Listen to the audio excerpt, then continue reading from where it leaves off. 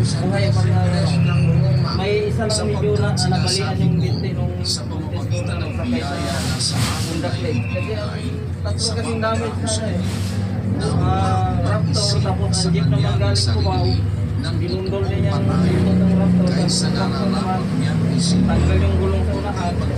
Kumanda na ng sakit sa pag-ikot niya sa hospital. Tapos ang Honda Click naman, kumanda sa Raptor. Ang babae na sakay sa Honda Click, na may kahinahunan, hindi madaling magalit yun, hindi madaling malamot yun, hindi madaling mainis yun, hindi madaling mag-init ang ulo nun, hindi lang mahinahon. Ang sinasabi sa kawikaan, ang galit ng mangmang nahahayag agad, madaling mahayag. 29 at saka 14-29 ng kawikaan. Inihihinga ng mangmang ang buong galit niya. Ngunit ang pantas ay nagpipigil at tumitiwasay. Siyang makupad sa pagkagalit ay may dakilang pag-uunawa. Ngunit siyang madaling magalit ay nagbubunyi ng kamangmangan. Yung madaling magalit, nagbubunyi ng kamangmangan yon. Kaya yung may pag-ibig, mahinahon yun eh. Kung mag-isip, mahinahon. Hindi basta nayayamot, hindi basta nagagalit yung may pag-ibig. Yun mga virtues sa ilalim ng pag-ibig. Kaya kung mag-aaral ka ng pag-ibig na nasa Biblia, kapatid, magiging mahinahon ka. Bawa, kagalit-galit yung ginagawa ng isang tao, meron kang virtue ng pag-ibig. Mahal mo yung kapatid mo, mahal mo yung kapwa mo, hindi ka basta magsasalita ng makakasakit ng damdamin ng kapwa. Magiging makupad ka sa pagkagalit. Magiging mahinahon ka. Kasi ang galit ng mangmang agad nahahayag, sabi sa Biblia. Kaya kilala mo yung mangmang, madaling magalit eh. Galit agad, nakasigaw agad, nakasinghal agad. Kung magsalita, walang pag-aalaala sa kapwa-tao kung masasaktan ng kapwa o hindi. Ganun ang mga mangmang. Pero yung nag-uunawa, sabi sa Biblia, siyang makupad sa pagkagalit, may dakilang pag-uunawa. Ngunit siyang madaling magalit, nagbubunyi ng kamangmangan. Tanong mo, paano mapapanatili yung kahinahunan? Matuto kang umibig, kapatid. Halimbawa, mahal ko ang isang tao. Kahit nagagalit na ako, hindi pa rin ako nagagalit, napipigil ko kasi mahal ko yung isang tao. Pero pag halimbawa, lagi kang galit, ibig sabihin wala kang pag-ibig mo. Lagi nakasigaw, lagi nakasinghal, lagi kong magsalita ay nakakasugat ng damdamin, walang pag-ibig sa kapwa mo gano'n. Matuto lang tayong umibig, magiging mahinahon tayo. At ang pagiging mahinahon, kasama ron yung makupad sa pagkagalit. Yun ang sinasabi doon sa Santiago 1:19, basahin natin. Nalalaman ninyo ito, minamahal kong mga kapatid. Ngunit magmaliksi ang bawat tao sa pakikinig, magmakupad sa pananalita, magmakupad sa pagkagalit. Magmakupad ka sa pagkagalit, magmakupad ka sa pananalita. Baka yung sasabihin mo, makakasakit ng damdamin ng iyong kapwa. Pero maging maliksi ka sa pakikinig ng salita ng Diyos. Mastermind kasi daw. Walang ebidensya. Sabi, paano kung ikaw pumatay kay Marcos? Ako na nagsabi, tinuro kita. Tapos walang ebidensya. O di, hintay ka na. Hintay ka na. Diba hindi, tinuro ni Tita na si Wes Baba na pumatay kay Marcos. Tinuro lang, pero hindi naman ikaw talaga. Ito na sila. Yung Diyos hindi nagkakasala, marunong magpatawad. Ikaw, dapat ka bang magpatawad?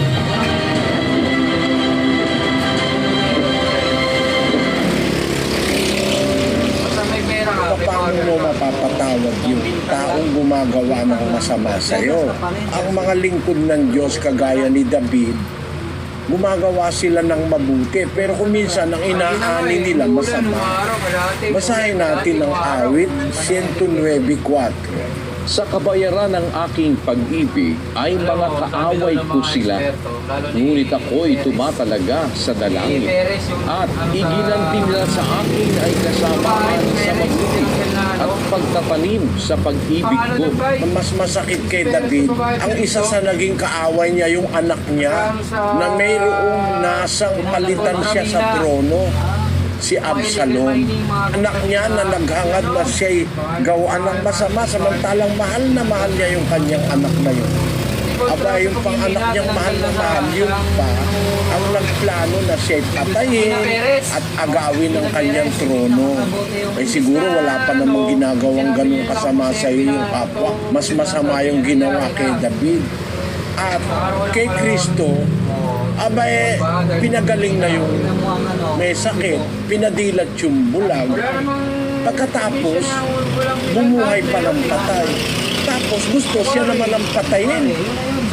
Basahin natin ang Gis 31 ng Juan. Nagsidampot muli ng mga bato ang mga Hudyo upang siya'y batuhin. Sinagot sila ni Jesus, maraming mabubuting gawa na mula sa Ama ang ipinakita ko sa inyo. Alin sa mga gawang yaon ang ibinabato ninyo sa akin? Marami akong ginawang mabuti sa inyo. Ba't niyo ako binabato? Eh, ikaw siguro hindi ka pa naman binabato eh. Eh, si Kristo binato at gustong patayin. Si David ganun din, kinubkob siya, gusto siyang patayin.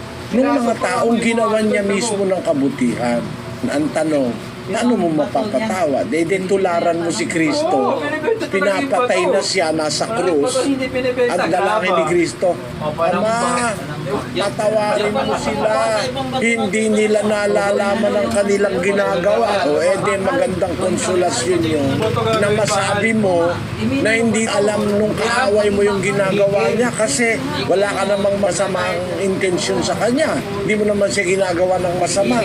Eh, patuloy ka naman yung ginagawa ng masama. Imbis na gawan ka ng mabuti, eh ginagawa ka ng masama. Eh anong gagawin mo? Tularan mo si Kristo, pinapatay na eh, pinapanalangin pa yung pumapatay sa kanya. Pagka naramdaman mo yun, mapapatawad mo. Basahin natin ang Efeso, Kapitulo 4, versikulo 32. At magmagandang loob kayo sa isa't isa, mga mahabagin, na managpatawaran kayo sa isa't isa, gaya naman ng pagpapatawad sa inyo ng Diyos kay Kristo. Paano tayo magpapatawad? Gaya ng pagpapatawad ng Diyos sa inyo, kung magkukompare ka, no? Ang Diyos hindi nagkasala sa'yo, pero pinatawad ka. Eh ikaw, magpapatawad ka rin gaya niya, nagpatawad ang Diyos eh. Ang comparison, yung Diyos hindi nagkakasala, marunong magpatawad. Eh ikaw, dapat ka bang magpatawad? Oo, kasi nagkakasala ka rin naman eh. At ang sabi ni Kristo sa 6:14 ng Mateo, Sapagkat kung ipatawad ninyo sa mga tao ang kanilang mga kasalanan, ay patatawarin naman kayo ng inyong Ama sa kalangitan. Datapwat, kung hindi ninyo ipatawad sa mga tao ang kanilang mga kasalanan, ay hindi rin naman kayo patatawarin ng inyong Ama ng inyong mga kasalanan. yung pala, pag nagpatawad ka, papatawarin ka rin ng Diyos. Eh di ba nakakagawa ka rin naman ng kasalanan? Maaari hindi doon sa tao na yung sinasabi mo. Pero sa ibang tao, maaaring nakakagawa kang kasalanan sa asawa, sa anak, kamag-anak, at kung sino-sino pa. Eh pag pinatawad mo yung tao na yon, yung nagawa mong kasalanan sa iba, papatawarin naman ng Diyos. Eh ikaw pa rin ang nakinabang pag nagpatawad ka. Paano ba kung magpatawad ang Diyos? Basahin natin ang 8:12 ng Hebreo. Sapagkat ako'y magiging makapagin sa kanilang kalikuan, at ang kanilang mga kasalanan ay hindi ko na aalalahanin pa. Abay, kung mag-iisip ka lang, napakaganda nun. Bakit? Ang Diyos kasi may perfect memory. Hindi siya pwedeng makalimot. Lahat ng bagay pwede niyang matandaan. Pero in spite of His perfect memory, Meron siyang sinasabi, a wonderful thing for us to consider. Alin yun? Ang kanilang kasalanan, di ko naaalalahanin pa. Biro mo, totally kakalimutan niya. Ganun pala siya kung magpatawad. Ganun ang gawin mo. Magsadyos ka. Humilala ka sa Diyos. Alam mo, mawawala lahat ng pait ng kalooban mo. Alam mo, kapatid, ganito. Bibigyan kita ng tip. Pagka merong kang pait ng kalooban, merong hormones na laging nag-a-upsurge, tumataas sa isang klase ng hormone sa katawan, magkakaroon ka pa ng hormonal imbalance.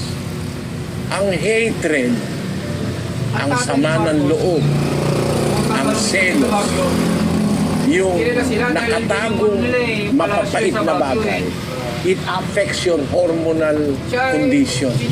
Basahin natin to, kapatid na Daniel. The Effect of Anger by Tyler Woods. Medical and psychological research has shown that no matter how much you exercise or eat correctly, you are putting yourself at risk if you do not manage your anger.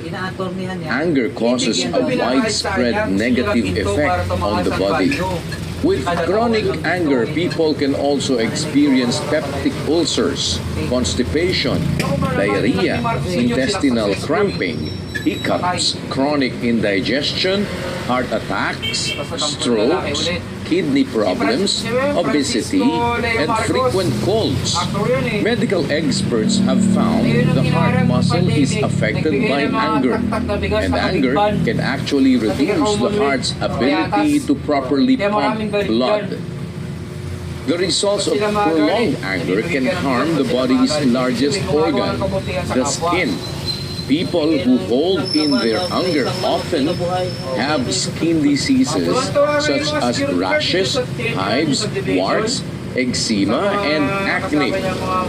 Researchers have studied the relationship of anger and skin disorders and discovered that when a person resolves his anger, skin disorders dramatically improve. One of the major effects anger has on the body is the release of chemicals and hormones. Yan ang pinakamasama. Anger may release chemicals and hormones. Yung pagre-release ng hormones because of anger being kept inside the heart not only affects the heart muscle, but it also affects our moods, our thinking, and then dictates the body to produce hormones and chemicals that will practically destroy the body. Panggagalingan ng maraming sakit. Kaya alam mo, kapatid, kalimutan mo, ang isipin mo na lang, ay sino ka ba? How important are you para ako'y magalit ng matagal sa'yo? De, iisipin ko na lang na hindi ka na nag-e-exist. Yun. Kasi sabi ng Diyos ay pag masaya ang puso mo, para ka nang umiinom ng magandang gamot. Nagpaulan ng pera galing sa helicopter sa taas. Ay, hindi niya napupuntan yun.